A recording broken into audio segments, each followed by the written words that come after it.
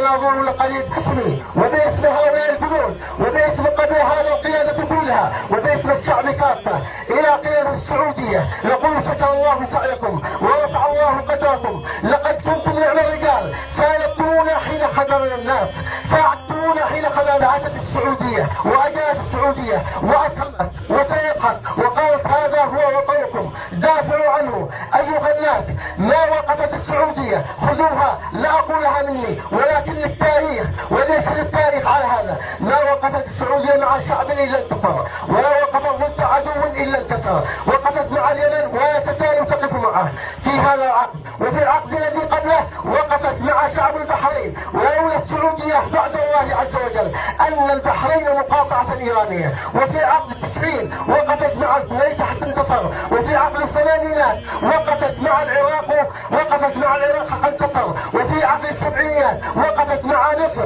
ضد إسرائيل ووقفت حتى انتصار الشعب المصري، وفي الستينات وقفت مع سوريا ومع لبنان وأرسلت جيشا وانتصروا في تلك المعركة وسميت بمعركة الكرامة. وفي الخمسينات وقفت ضد هجوم الثلاثي على مصر وأرسلت جيشا بقيادة الأمير سلمان بن عبد العزيز حتى وقفت مع الشعب المصري. وفي الأربعينات كذلك هذه